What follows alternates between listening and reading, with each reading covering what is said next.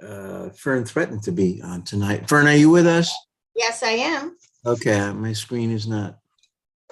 Close the chat. There are 18 of us. Okay. Let's see. Carol, good to have you back with us. Thank you. Hello. Roy.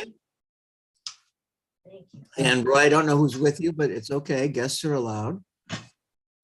I have 5 people with me. Oh, you do?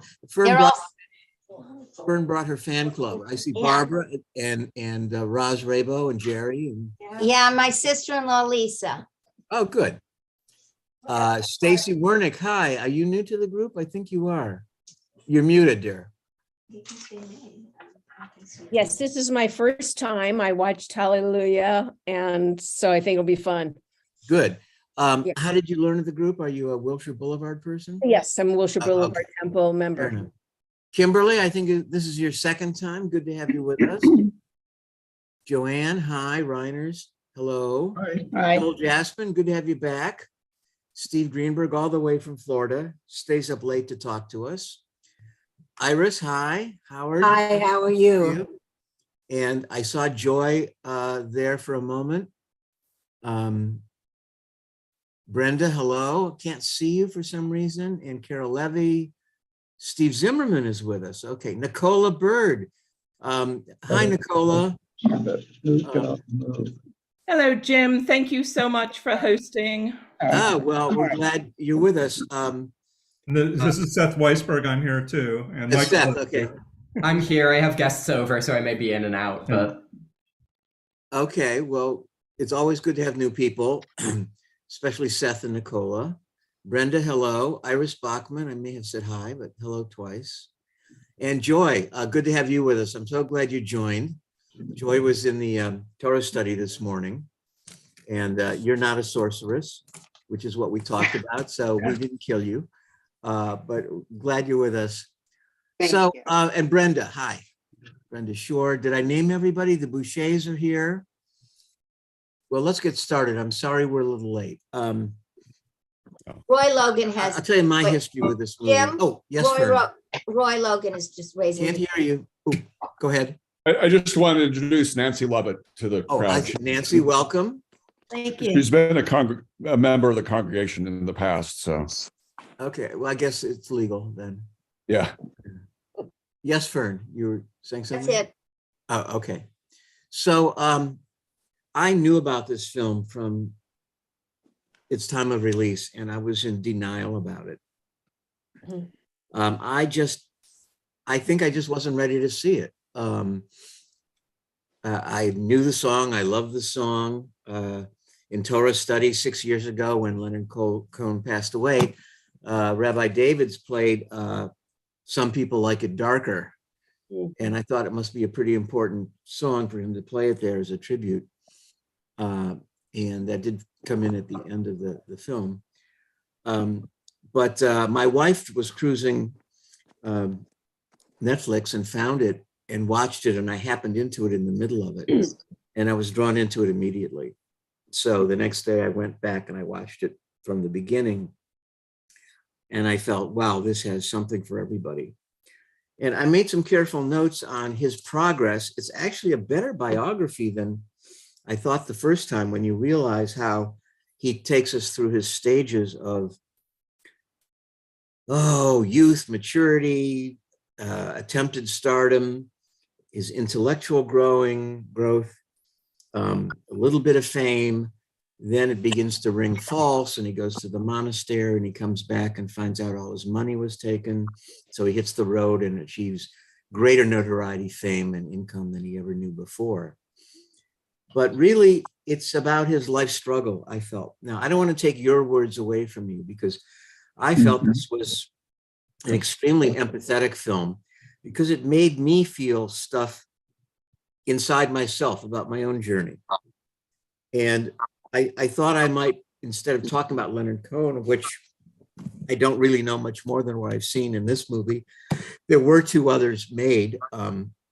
One on his life with one of his girlfriends, Mary Ann. I think it's called Leonard and Mary Ann. And the third one is about who's it about? I don't know. There is a third film. But, hello, Joel and partner. Didn't welcome both of you. To me, it just sounded like he takes us through his life's journey. And maybe he has words for what all of us are going through. Most of us are senior and reflecting on our lives. And it's, he put into words, both in the song and in his testimony, a lot of his struggle with what is life about. And there's a lot of Jewish stuff in it, even when he doesn't call it that. Not that that matters that much. To some of us, it may. It's just the story of a life and how he managed to cope with his need to know more, his need for love, his need for answers. As he says, the universe is terribly impenetrable and all we want is a little affirmation from the creator. I'm not sure I go that far, but it's like, who are we if we're not just dots of meaningless light in, billions of years of the universe's existence? Why does it matter? And that's something he fought most of his life, and managed to. I just tracked with it all the way through when I watched it. And I watched it again this afternoon. Yes, Vern. If you would make me a co-host, there's some people waiting to get in. Oh, okay. I guess that's under participants, huh? Vern. Thank you. Where is the co-host? I got it. Oh, you do? I got took care of Thank it. you. Okay. Oh, thank you, Don. I just felt like that all of us would relate to some part of his evolution that we see in this film. And we can end with a broken hallelujah, but I want to point to something that's not mentioned, but it's very Kabbalistic. The Kabbalah is the book of Jewish mysticism. I pretty much discounted because mysticism has no place. The world is mysterious enough without injecting human inventions and making it more mysterious. But this notion of brokenness, and that we're all broken, and that the breaks in us allow the cracks of light to come through. So how can, what the film asks, I think, is how does it allow us to see both at the same time, to feel the brokenness and to also see and feel and live the light? And that's my thesis for the night. I didn't know how to approach this. It's not about filmmaking, really. There are no characters to deconstruct in terms of the subjects and what they bring to it, or him, because it's all on his sleeve when he appears. And yeah, he's very well schooled in modesty, and his 5 years of silence at the monastery did that, I suppose. But it seems to me that this was a guy who's always, like Ernest Hemingway, but with less ego, was searching for the one true lyric, to say something, to feel something, to realize something that was absolutely real. I'll save my conclusions for the end of the discussion, but I really respected that in seeing his presence so fully revealed here. I mean, as an outsider, I didn't know him. I didn't know the women he was involved with. But it seems to me like this is a guy without guile. I'll say one more thing and then we can dive into the discussion. And this is kind of relevant because we're all Westerners toying with Eastern religion, I guess. There once was a book, you may remember it from college, called Zen and the Art of Archery. Yeah. Not the art of motorcycle maintenance. This was the original. And it's about a German scholar, college professor, who goes to some monastery in India to study Zen Buddhism.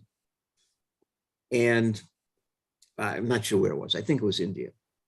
And he goes through a rigorous training with all the other monks. And the particular challenge of this monastery was you have to learn how to use a bow and arrow and hit the bullseye of a target with your eyes closed.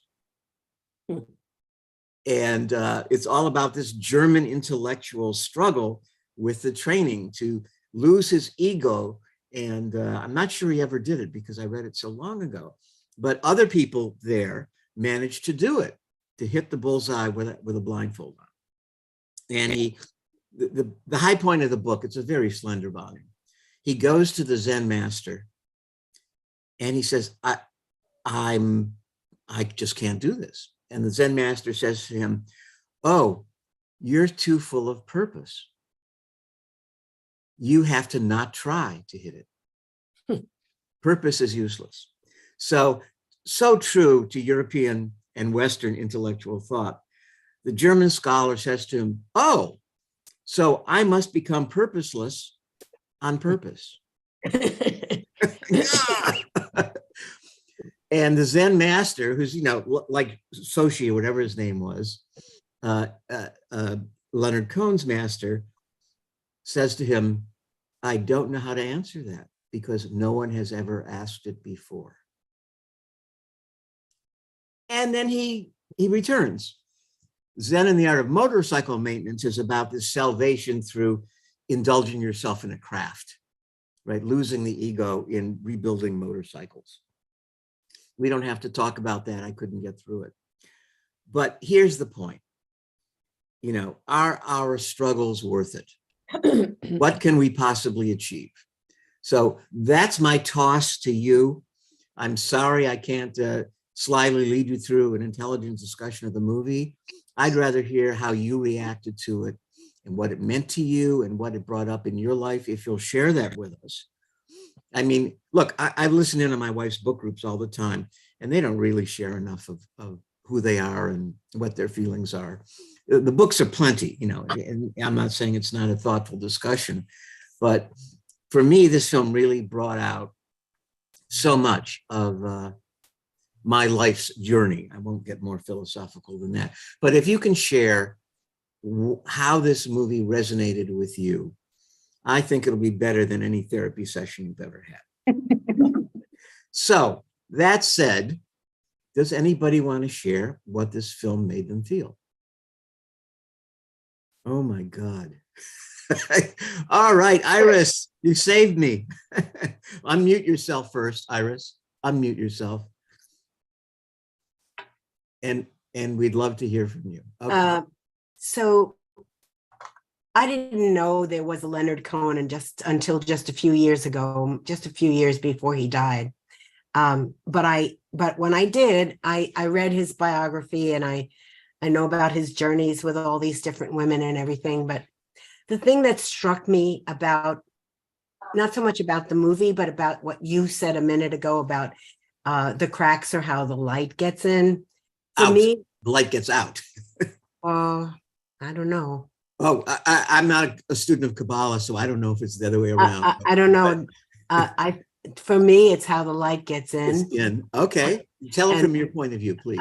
Well, because the cracks to me are the travails we go through in life, how they pound on us. And what they do is they make us find ourselves, our strength, who we are, how we can meet the challenges. And we do meet the challenges.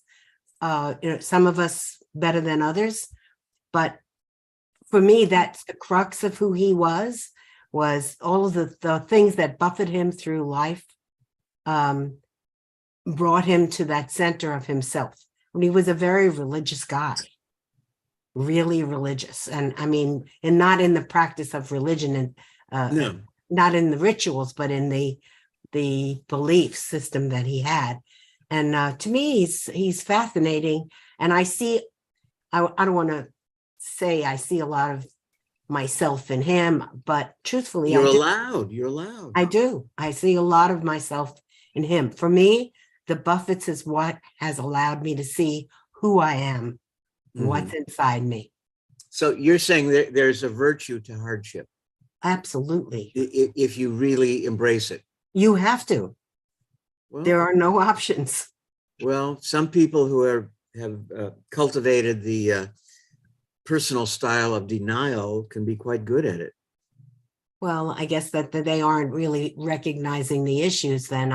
For me, if you recognize that you're being tossed in a whirlwind, you have to deal with it some way. Well, I'm not saying that people are denying they're tossed in a whirlwind, but I think a lot of people don't have,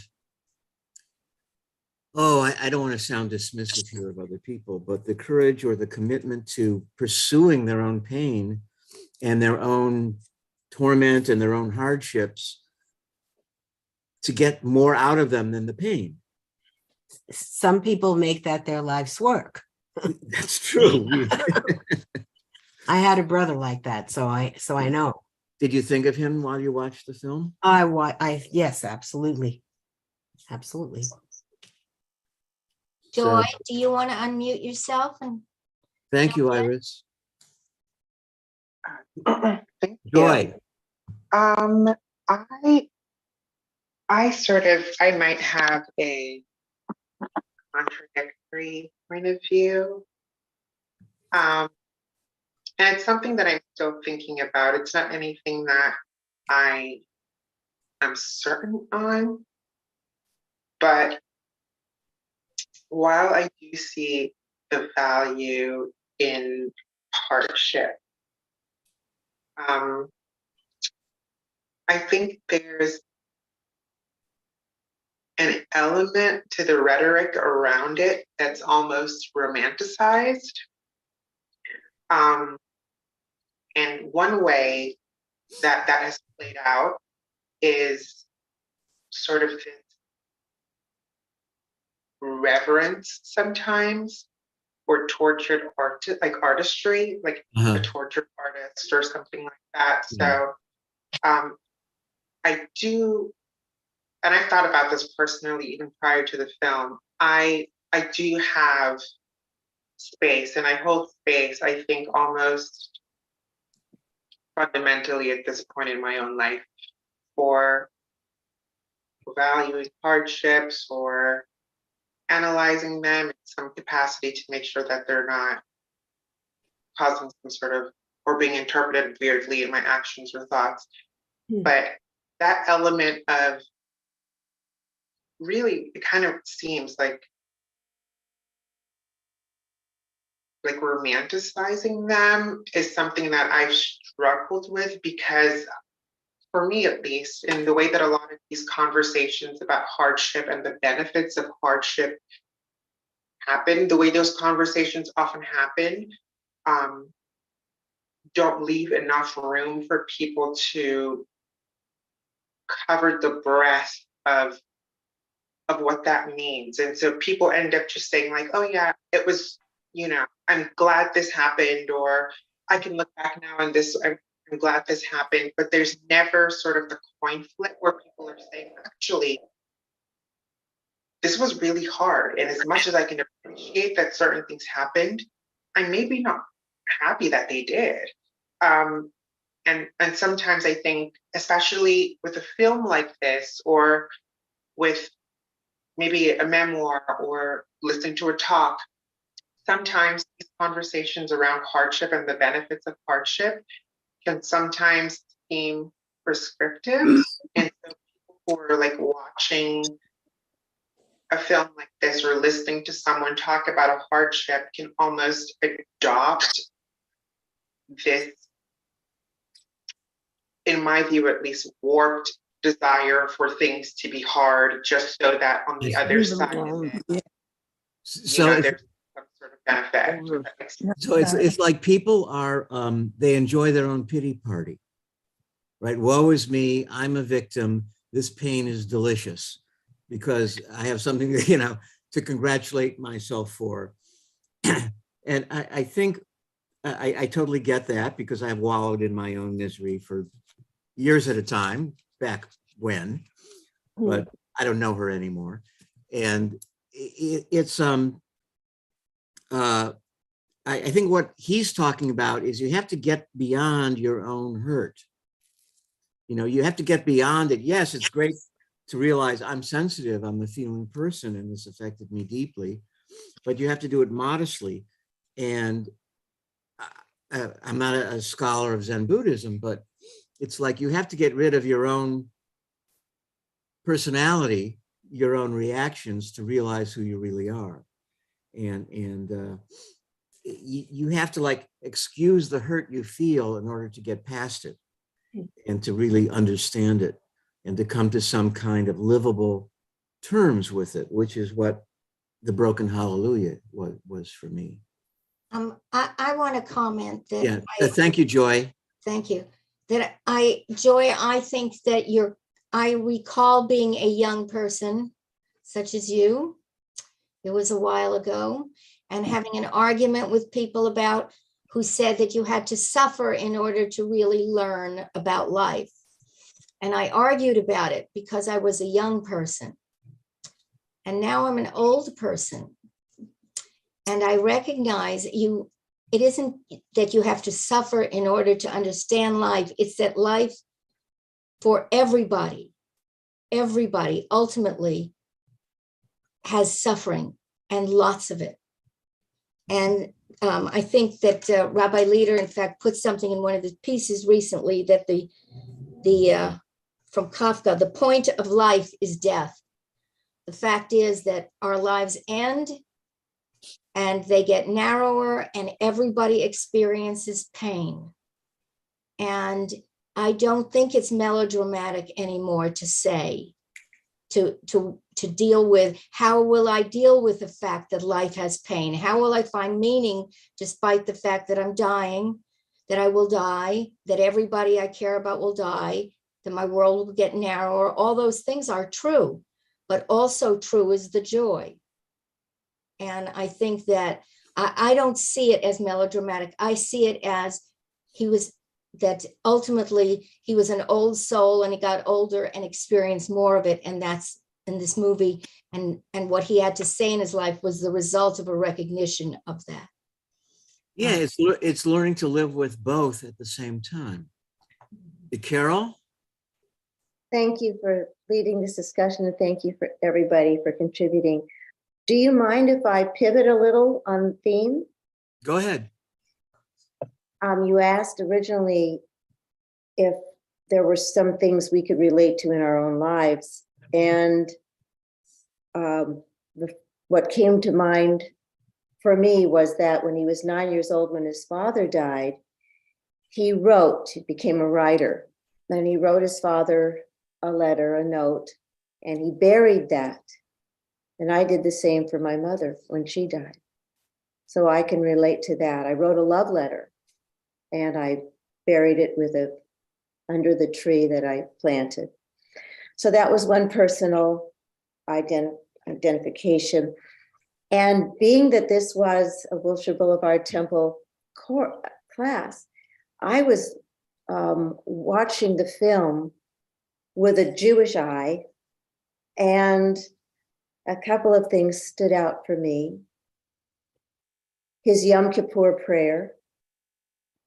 When he was 40, he started to really examine his Jewish roots, and they talked about how that was an important year for transformative things. And it reminded me of one rabbi I had said that 40 was not an arbitrary random number. Moses wandering in the desert, 40 years. It rained and poured 40 days and nights on the ark. 40 years, 40 comes up, and it was explained to me, and please, I'll end here, somebody else jump in, that was a lifespan, and that the Jewish slaves departing from Egypt were to wander that long so that nobody who left in that group would remember slavery and bondage, and a whole new generation would begin as free people. Mm-hmm. That's one explanation. I'm sure there are more. But I appreciated that it was mentioned in the review of his life, that was chosen to be revealed, that at age 40, he was examining his Jewish roots. And then he actually, at the end of his years, gave a Jewish benediction to the thousands of people in that Right. Yeah. There must not have been a dry eye in that audience. Mhm. Couldn't see it. Thank you, Carol. Thank you. Frank Reiner and Yvette, did you guys want to chime in?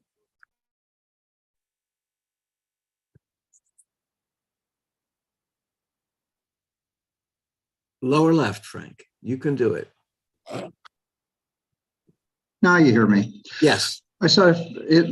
The film left me with a very spiritual, calm feeling. And I don't know why. Maybe others can help me. Are there particular lyrics that are most meaningful to any of you? Well, what was most meaningful to you? Let's use you. Well, since you I had trouble with most of it, and really making sense. And I don't know whether it's, I wasn't on the right beam or what. It had emotional appeal to me, and I can't explain why, because I really, art, poetry, and music. In a lot of the lyrics. I mean, it was art. It's poetry and music, and it's meant to have an effect that's inexplicable. But should we attack the first verse, since we're going to do a little homework now? Please, that would be helpful. David played a song and it pleased the Lord. Well, it's King David. And that immediately invokes the Old Testament and religion, and that there is a Lord. But you don't like music, do you? Well, he's singing that to a woman. It's like, you're not hearing it the same way. And I'm into it, but you're not. So immediately there's another presence that's very important to that verse. And the first version was very much filled with sexual innuendo, attraction, and thinly veiled sexual references. And I think the film does a pretty good case for, very early somebody said that, it was either about his quest for God or the woman he was with the night before, and that can sound like the sacred and the profane, but I think what the Broken Hallelujah is pulling it all together in that they both exist at the same time. And I'm getting ahead of us a little bit, but tying him to a chair, and there's other, the dove, there are two references to the dove in the final version, the love dove, I can't remember what it was, moving inside of you. This is all about the spirituality of sex and connection with another person.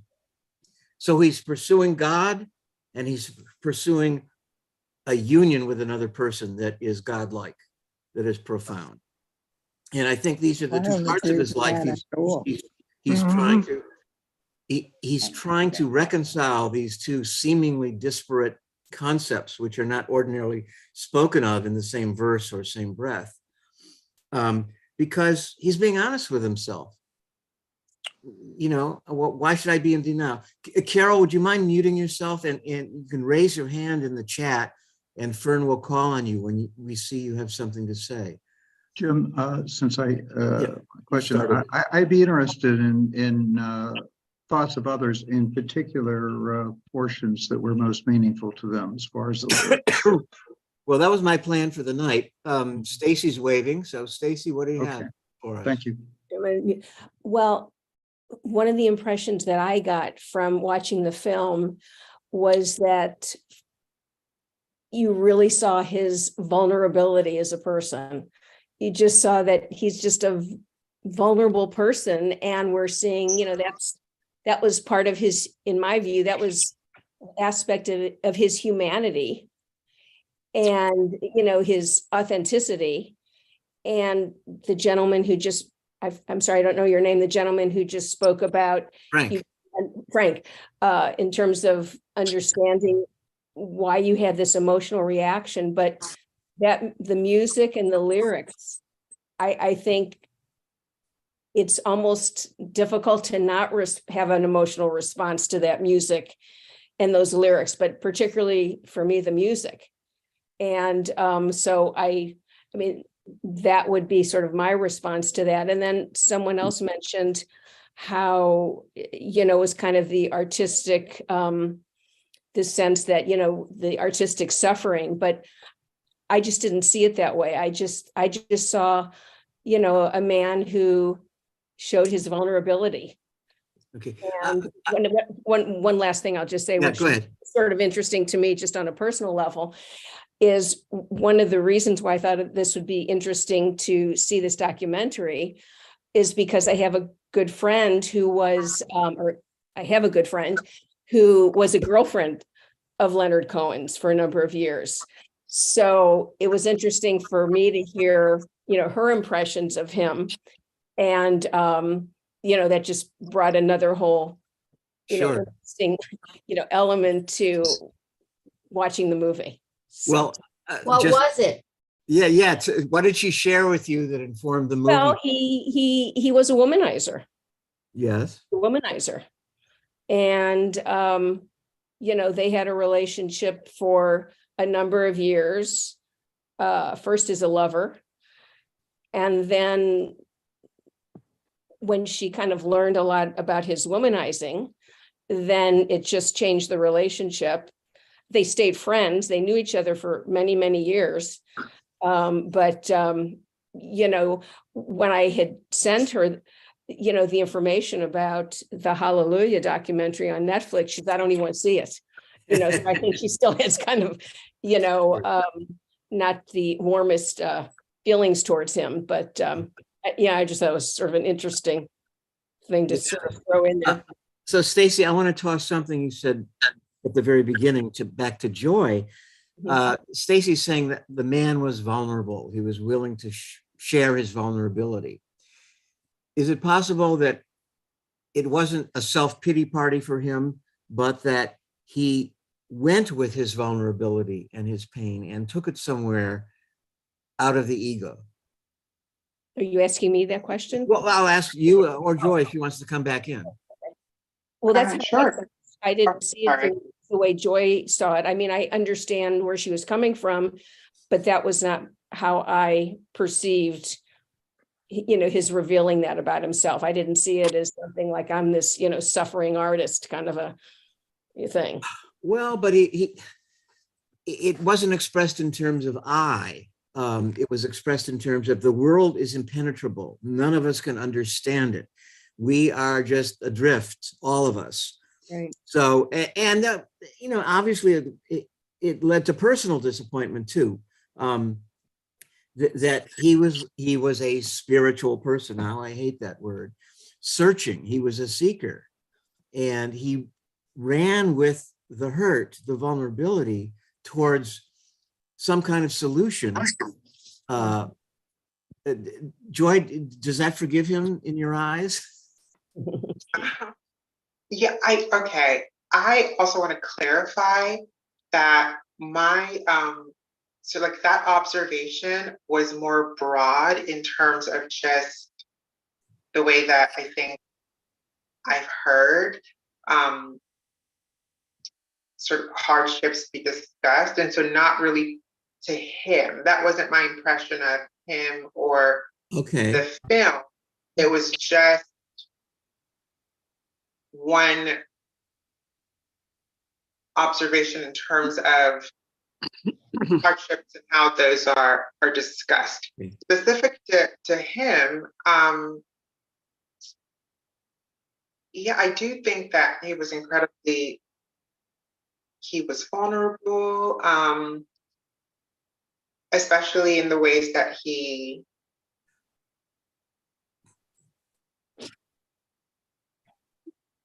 for example, talking about like womanizing, like that's something that he even brings up in the film. And so he was very honest and vulnerable about a lot of things. But did he at all inspire you, or did he clarify that path that he seems to have taken? Not to be woe is me, or aren't I so sensitive because I'm hurting, but to say, what does this all mean? Yes, and I don't think he was woe is me. For me, just to answer Frank's question as well with this, one line from the song that is like means a lot to me is, your faith was strong, but you needed proof. And to me, that I think wraps up the whole thing. Because even when you're asking a question like, oh, what does this all mean? It's an outcome-based question. And I think when you're talking about faith in the same context as proof, there's that dissonance of, you know, being okay with uncertainty on one hand, but also wanting some sort of outcome. Okay, so I think the question that tosses out to all of us is, can you live with both? And I'll bet that Steve Zimmerman has an answer because his hand is. Well, you know, one of the overriding themes to me in the movie was the chaos of the world and the incomprehensibility of understanding how the world works, or in Leonard Cohen's case, why he does what he does. On the one hand, he's incredibly humble and a lot of humility, and he can't explain, for example, how he came to write the lyrics for Hallelujah, or where it came from. He attributes it to God's grace, right? I mean, it came from God. He spent a lot of time struggling with the words, but he's got this kind of mystical notion that a female voice from God comes, and That's Rabbi Finley. No, don't go. That was Rabbi Finley, but Yeah. he was his rabbi, and he was saying this is what was going on for Leonard Cohen. So I guess maybe you don't necessarily agree with Rabbi. Well, but- it's hearsay, and I don't think he's a reliable witness for Oh, reasons we can go into later. Several times in the documentary Yeah. that I don't know how I wrote it. It just sort of happened. Okay, but don't most artists say that at some point? You know, it was the feeling. I don't understand the mechanics. I'm not sure I'm following you. I mean, you can call it the female spirit of God that came and visited me, and this is my reaction. Or you can say, I just immersed myself in my own feelings, and because I'm a musician or because I'm a poet, it came out of me this way. Yeah. I don't think it necessitates divinity or any cosmic explanation. Well, look, I mean, the movie is kind of like a deeply religious and spiritual individual meets Hugh Hefner, and Oh, come on, that's ridiculous. nobody is totally horny throughout his life. He has like, I mean, I think that's a fact. And other people tonight have talked about how he was a womanizer or this or that. So, I mean, but grappling with those contradictions is what the movie was about, and Yes. the comprehensibility of that. How can I be all of these things all at the same time, right? I think I wanted to save this for the end, but I think it was, we're always going to be all of these things all at the same time. And it sort of keys into what Joy said. If you're asking for outcome, assurances of an outcome, it's not going to happen. And I think that was what the broken hallelujah is. Carol? And Howard after that. Okay. I don't know where that voice is coming from. Things keep changing on the screen. I'm hearing the topic contradictions and reconciling or attempting to reconcile. He himself, Leonard Cohen, said, our lives are well scripted. It's just the third act. So as far as outcomes. Tennessee Williams, he was quoting. Sorry? He was quoting Tennessee Williams. So you did mention at the beginning, I think, that when there were sexual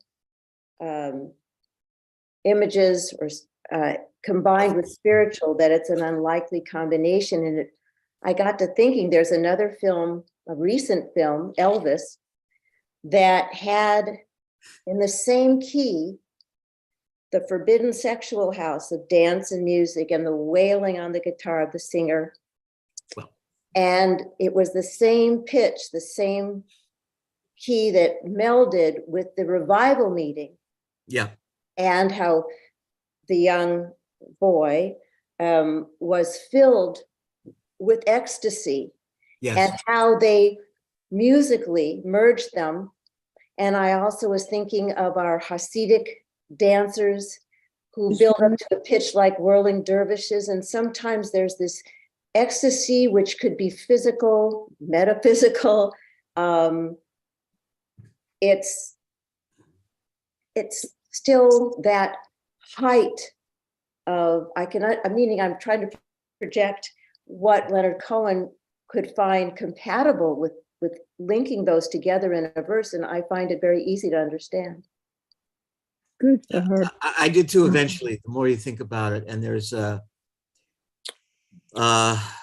of the verses of the songs is, and then it's like when they kissed, she drew the breath from him and it was hallelujah.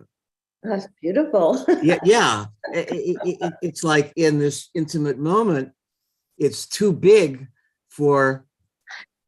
it's so big for both of you that it's huge, and it approaches this notion of divinity or magic or the ultimate expression of life. You know, you think of it, James Joyce's epic ends with yes, yes, yes, and it's all about embracing this absolute pinnacle of experience that Molly Bloom has been elevated to. So it's playing with very powerful stuff, but he's doing it so eloquently, and it's not randy, it's not tawdry, it's not about the sex, it's about the meaning of the sex, what sex allows us to experience of ourselves and someone else. Sorry, I was going to save that for the end, but it's like, oh my God, this guy's been singing about this, but it's not about sex, it's about what we feel as people. It's terribly intimate and it's terribly big, which is why this search for God, or this, as he calls it, affirmation from the maker of the cosmos, that we have value, that we exist. That knocked me out when I finally caught it on this third viewing. Affirmation from the creator of the cosmos.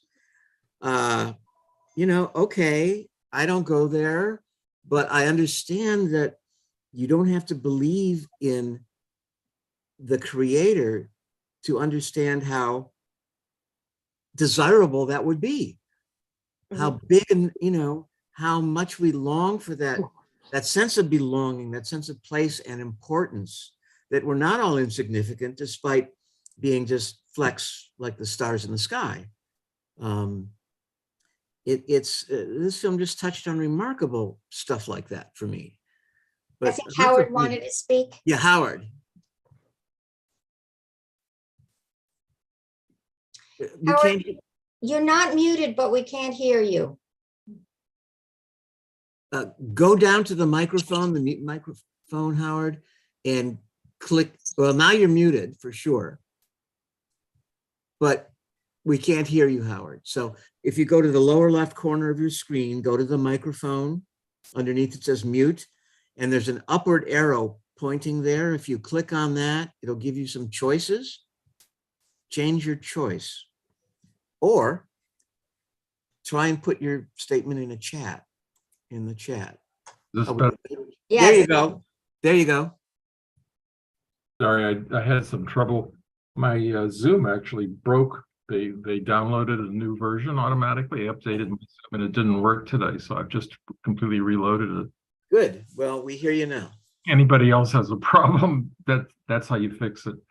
But you might have to change some of your settings. Anyhow, I would like to bring up, I kind of have a feeling that some of us are trying to, I think a lot of us would agree that he's at least a very good poet and a very good musician, or maybe a great poet and a great musician, or somewhere in that range. But we're trying to reconcile that with the fact that he must be a very spiritual person and a holy person. But then it turns out the reality of it is he's not such a spectacular guy. He's really, the concept of a womanizer is brought up. That's not a good person. And in my I opinion, think you have to ask the women about that, what she said. He said, I'm not the one to ask.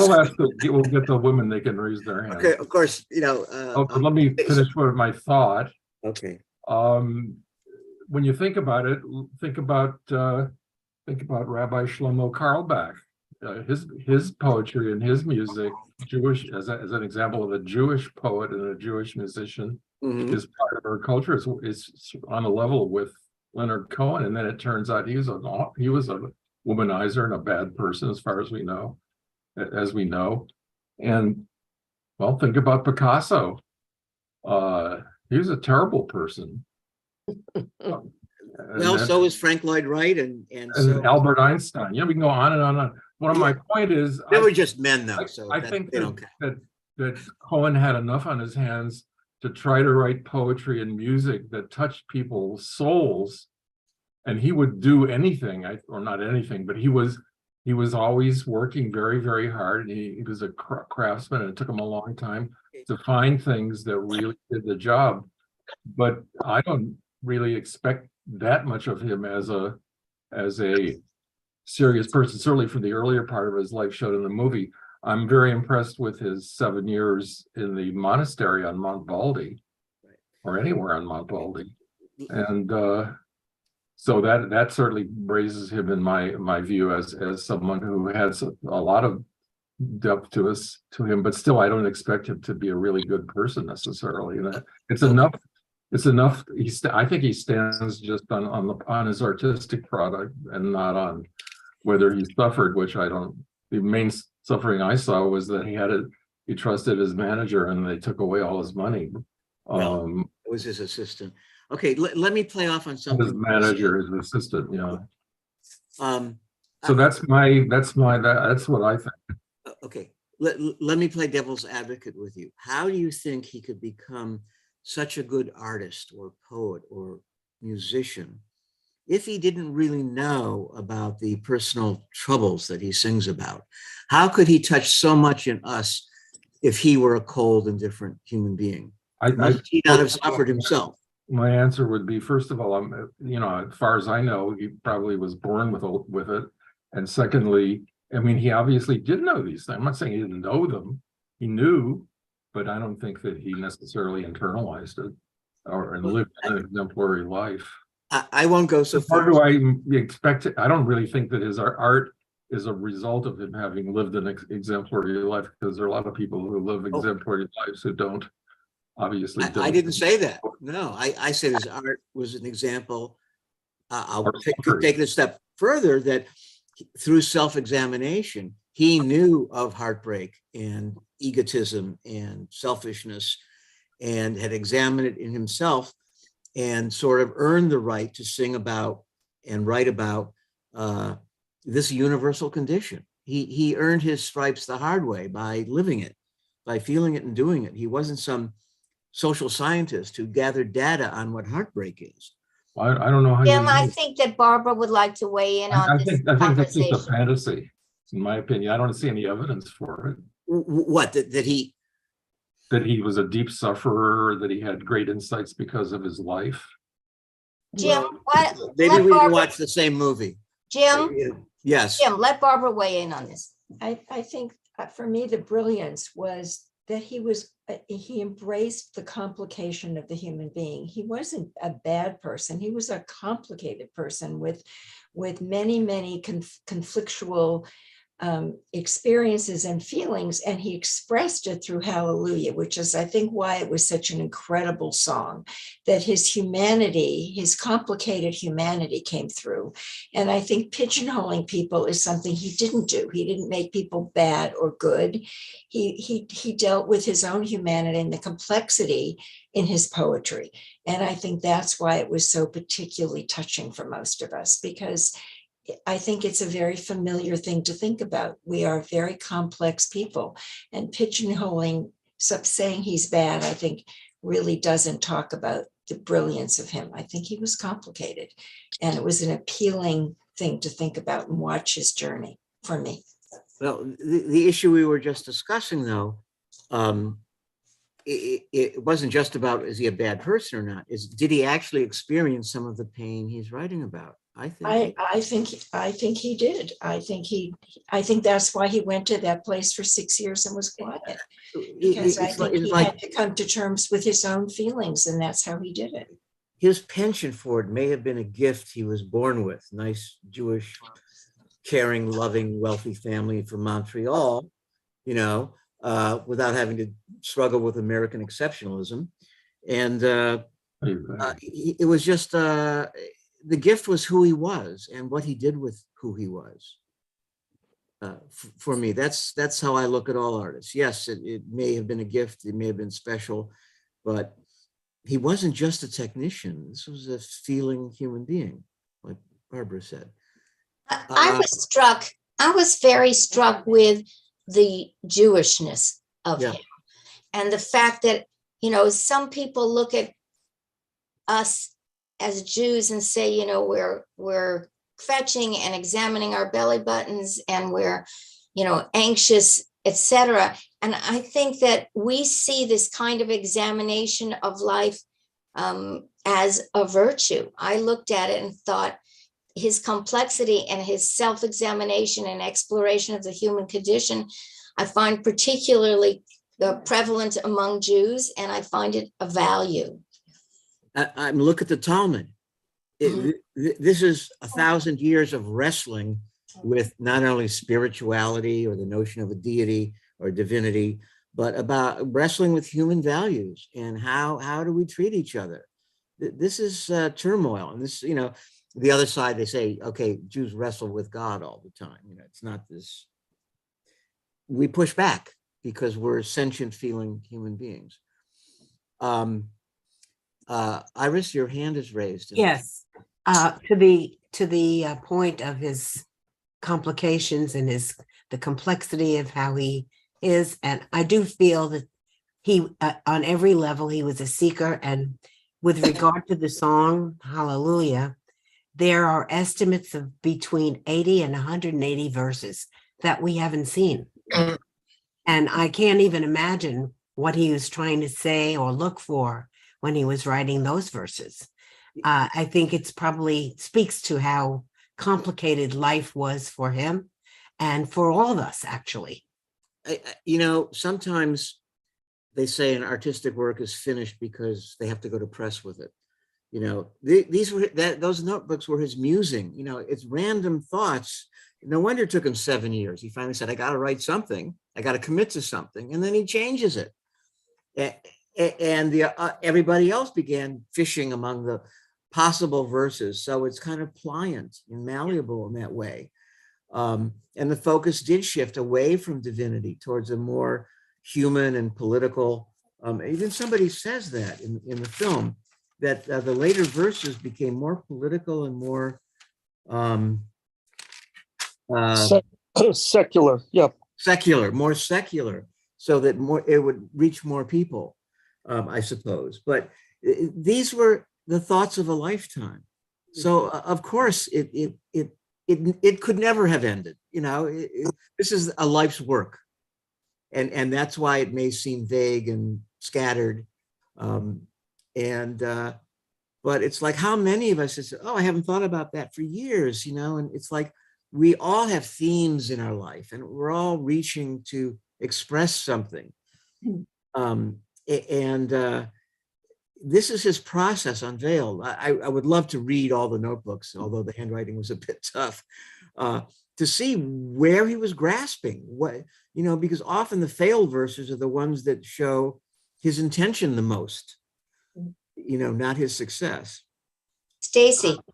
Now, I was just going to make one observation, at least something that struck me when we were talking about, you know, his, however you want to characterize it, his womanizing, his, you know, relationships with women, and then his spiritual side. And to me, the commonality is looking for connection. Yes, I totally agree. Yeah. That's the breath she drew out of him, that right. Together they sing a broken hallelujah. We can't have everything, right? But we have joy and we have awareness, and the awareness gives us pain, but they can coexist. Yeah, I mean, and I just think that for many people, we're all looking for, I mean, I can't speak for all people, but I No. can speak for myself. And I think other people were looking for connections that are meaningful and authentic and nurturing and, however else you want to define them. I had lunch the other day with a younger man and some others, and I was just sitting next to him. He's the 35 or 40-year-old son of a friend of mine, and he's been living with a woman for many years. And I said, "Do you think you'll ever have children together?" And he said, "No, we're not going to." I said, "Why not?" And he said, "Well, the world is so messed up, and environmentally, I don't think, we want to contribute to the demise of the planet." And that's virtuous, but I said to him, "But what if you and she could produce together a human being who could make things better? Why give up on that?" And he didn't have an answer. I don't have an answer either. I mean, I have 3 kids, so I've made my contribution towards conspicuous consumption and maybe towards redemption a little bit. But, it's like there's always another way of looking at things like that, and I'd never looked at it that way. I thought of it, and it's this guy got it. He understood. There is no answer. It is a duality we must learn to live with. And frankly, well, let's let somebody else talk. I've said Jerry, Jerry wants to speak. Just a Jerry's moment. coming forward. He's coming forward. Just a Jerry moment. Rabo. Go ahead. Here I am. So I'm not a very spiritual person, and I am a writer. And in watching this film, I was very, very moved and became aware that in my writing, sometimes when I write something, it's not like writing, it's creating something. The words are coming from someplace else. And I look at that and I feel like I'm creating something in the way that the creator, that God has created. And it makes me feel close to God in a way that I never have felt in my entire life. Well, they do say creativity is a divine spark, Inspiration comes from Inspiro, that the goddess of creativity breathed the idea into you. I respect that, as much as of an atheist as I am. It's like something happens and something good happens inside of us in those moments. Yeah, and it's so infrequent that it happens, but when it does, it makes it all worthwhile. Well, I'm glad it does. Yep. Okay. For a writer, that was very brief, Jerry. I think Mitchell Stein has something to say. Why? I just wouldn't have thought you'd say that. Lower left corner, Mitchell. Oops. There it goes. Hi, Jim. I thought it was ironic that it was a woman who fleeced him of his $5 million after his womanizing career. And it was kind of unusual for a person of his background to rely so much on just this one person. Of course, we've seen many of them, including Kareem Abdul-Jabbar, rely on a person and fleece them. The other thing that I found surprising was that how many people that I know who said, Leonard Cohen, who? And part of his fame, I thought, took place in the last 11 years of his life. Yeah. In part because she took his money and he had to go back to work. And those 11 years, he spent almost 200 days a year giving concerts that were sold out. And it rebirthed him to be something of a I guess, a rock star. But the number of, I don't know about the other 24 people that are on the Zoom, but my wife and I knew very little about Cohen and weren't even part of his, the albums and everything else that he had until, you brought it to our attention. I don't know about the rest of you, but to me, this was kind of a new guy. I never went to his concerts, and I do go to a lot of concerts. One of the good things the film did was it sort of traced the other performances of the song through very important personalities in the music world. Some of them you may not have heard of, but it showed how other singers discovered this and the interpretations they brought to it. They felt it. I mean, look at Jeff Buckley.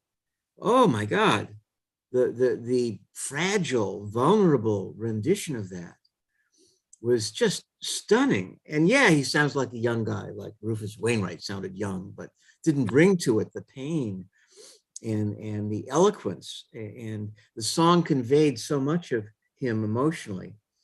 That was, most people said that. I first heard Jeff Buckley's version. And then there's so many other people. The younger artists I didn't know, but John A.D. Lang. Yeah, well, that's special.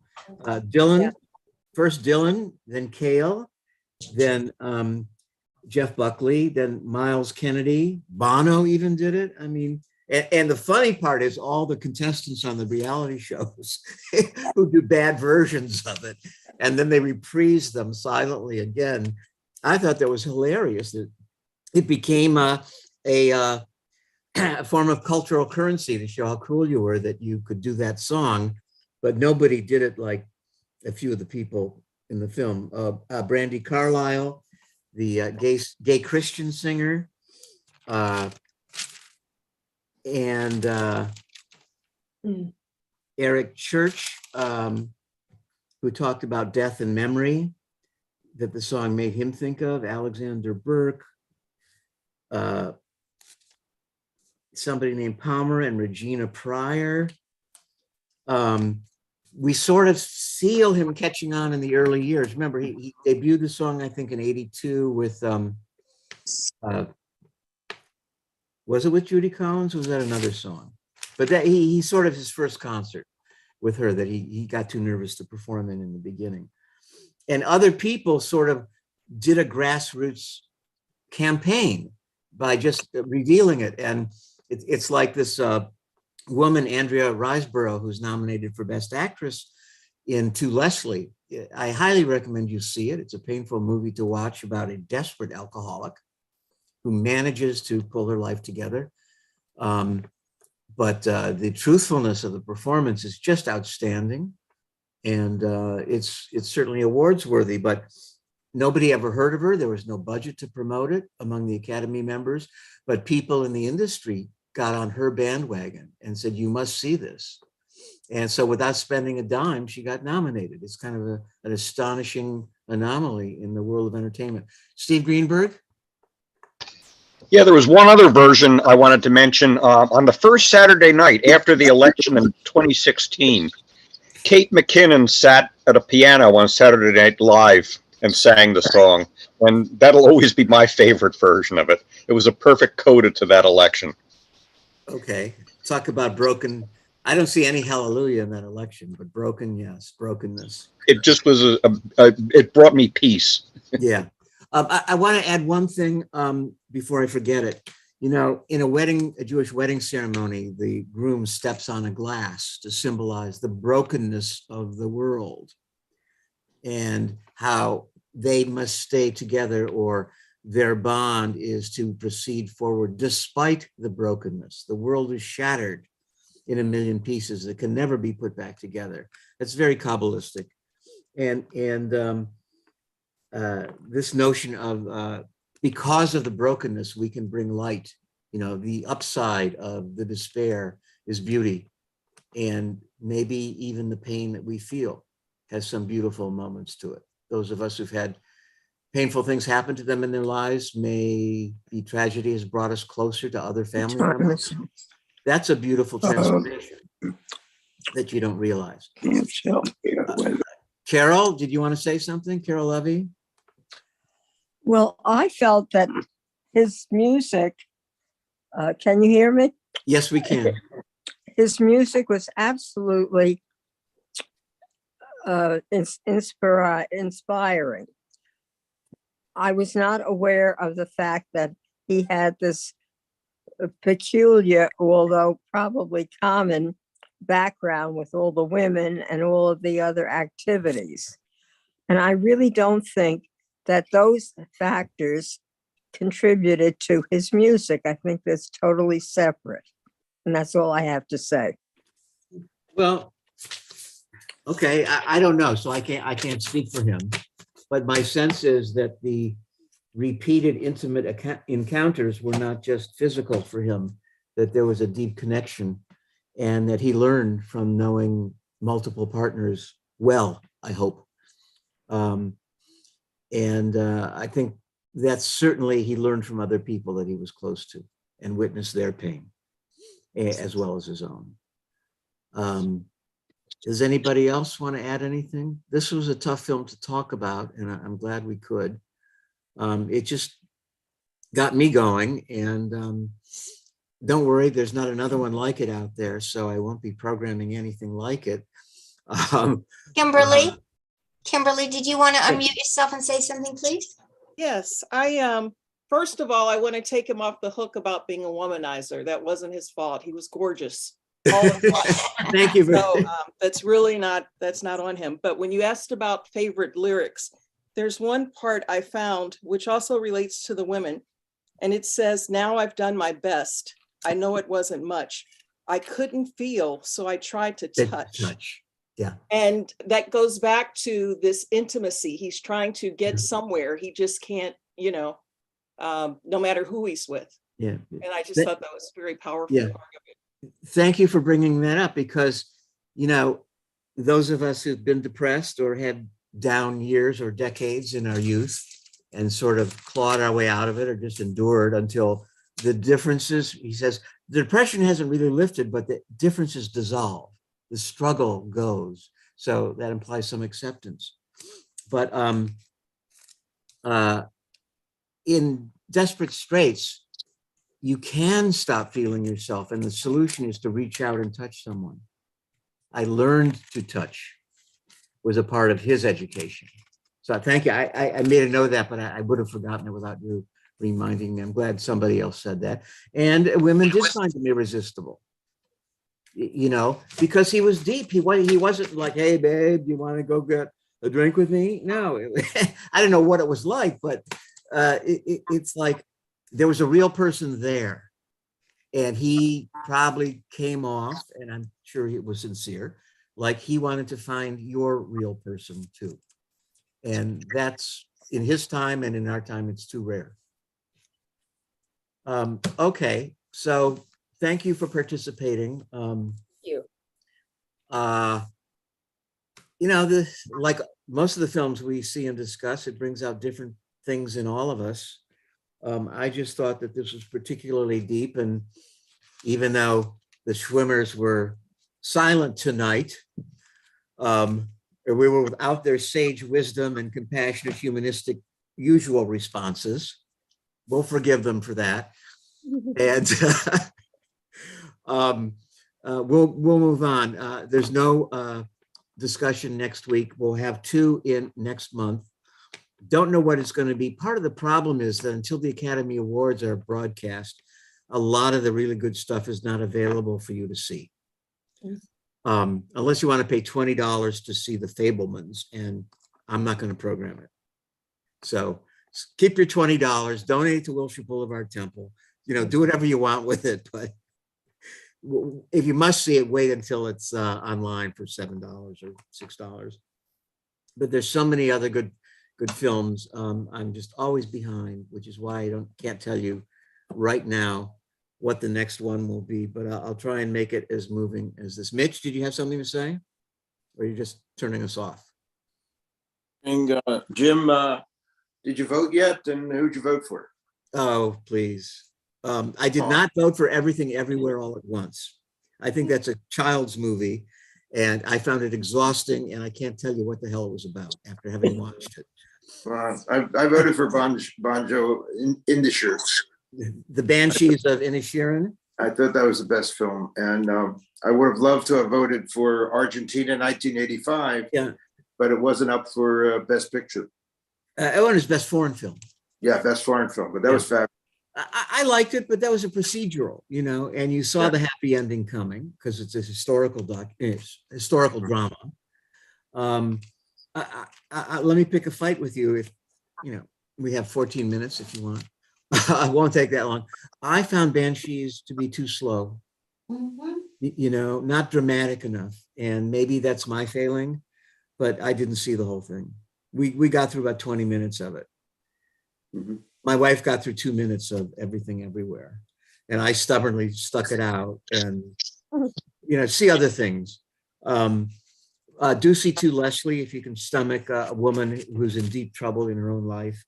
But Mark Maron, of all people, plays an uneducated man whose ex-wife was an alcoholic as well, and he knows what he's looking at, and he kind of like stays with her. Excellent performances in there. I thought Brendan Fraser did a fabulous job. Oh my God. Yeah. The Whale, by the way, it's another painful film to watch about a man who's suffering. He's obese, and Brendan Fraser wears a full body suit to make him look like he's 700 pounds, literally. He moves like it. But what you see is this really sensitive feeling human being inside the bodysuit. It is a great, great performance from a man, and a man who's hurting in many ways. He left his wife and daughter because he was in love with another man, a student of his. And the family, you know, the daughter finally comes to visit him after all these years. She's still I think she's a young college student. And it's all about him seeking forgiveness. He realizes he's dying, and he's trying to make amends and have something to do with his daughter. And his point of view is told through his relationship with his daughter. And it's a remarkable performance because you grow to see past the fat. You see the agony, you see the love, the sincerity. It's really, really a terrific thing to watch. And in many ways, less painful than Andrea Riseborough in To Leslie, who is just, she's not trying to reach out to anybody. She alienates everybody until the last half hour. And whereas Brendan Fraser in The Whale is desperately trying to reach people from the first time you see him. So that's worth looking at. Again, if you want a fun film, I won't program it here. It's called RRR. It's an Indian film. It's like a Bollywood musical, but it actually has a story. Yes, there is romance. Yes, there is violence. Yes, it is mythological, but it's not like any Bollywood film ever made, even though it has all the trappings of dance, music, huge crowd scenes. RRR. And there's a real story there that you can follow. It's a lot of fun. Now, how many times you've ever heard me recommend a movie because it was a lot of fun? Well, so you will enjoy it. Steve Greenberg saw it. So there you go. Somebody recommends it. Is RRR streaming or is it in the theater? No, I think it's streaming now. I don't know where, but I believe it's probably, look on Amazon first and then Netflix. It's Netflix. It is Netflix. Okay. Iris, you're really up on these things. It's worth seeing because it's like you give yourself permission just to have a good time with the film instead of looking for all these deep truths about art and God and sexuality. And, you know, it's like, fortunately, Tar avoided all of that. And I'm not a fan. For those of you, I like Cate Blanchett, but. Jim, how did you feel about women talking? I thought it was terrific. You missed the last session we had. This is an eloquent movie where women with many differing points of view voice the problems that women face when dealing with men today. And it's a little religious cult like the Mennonites, but it's not Amish. And the women have to decide what to do because the men in the community are abusing and impregnating young children and other people's wives. and it's power, male power. And this is not a Me Too movie. I mean, it's not about let's take them to court. The women hold their own court and discuss what must they do. They're all believers in God, a Christian God. And, you know, fundamentalism takes strange shapes, as we know all too well. And there are different fundamentalist points of view. One says, I know if I stayed, I'd kill him, right? Her husband. And I don't want to do that. And God doesn't want me to do it. So I have to leave, you know. And somebody else says, oh no, we have to accept whatever the men want. And oh no, we have to learn to forgive, right? That's what God commands us to do. And it's all these conflicts that fundamentalism brings up in sincere people when they take it literally. And it's a moral quandary for the women of all ages. What do we do with this community? I won't tell you how it ends, but it is talky, but it's not dull, because the arguments from all fronts are so well spoken and so accessible and so fully felt. The acting's terrific. It will win Screen Actors Guild Best Ensemble performance. And maybe one of the actors will win Best Supporting Actor. I don't know. But that's a must-see.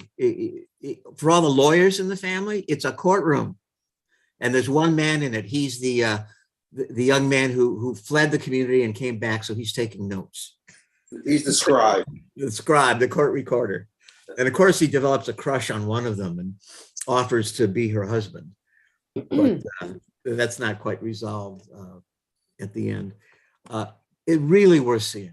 Just a well-reasoned, well-written, well-performed work that really addresses stuff today, you know, and it's an accomplishment. I don't know how much it's going to win, but definitely worth seeing. And if I have the energy, I'll send out my hits for the award season. But it won't be what you think. It won't be Fairbanks, won't be Top Gun, although everybody says that's fun too. So you have my permission to watch it as long as it's fun. But okay, so you'll hear from me by the usual email when I can land a film for the 2 Saturdays in February. But thank you. I hope this film meant something to you. I'm not going to judge you for your silence, because I realize how it may have gone so deep or is so complex or so broad that you don't know what to say. But if it worked on you, if you felt something, then I certainly don't mind programming it. Thank you, Okay. Jim. Thank you all. We'll see you. Bye, Jim.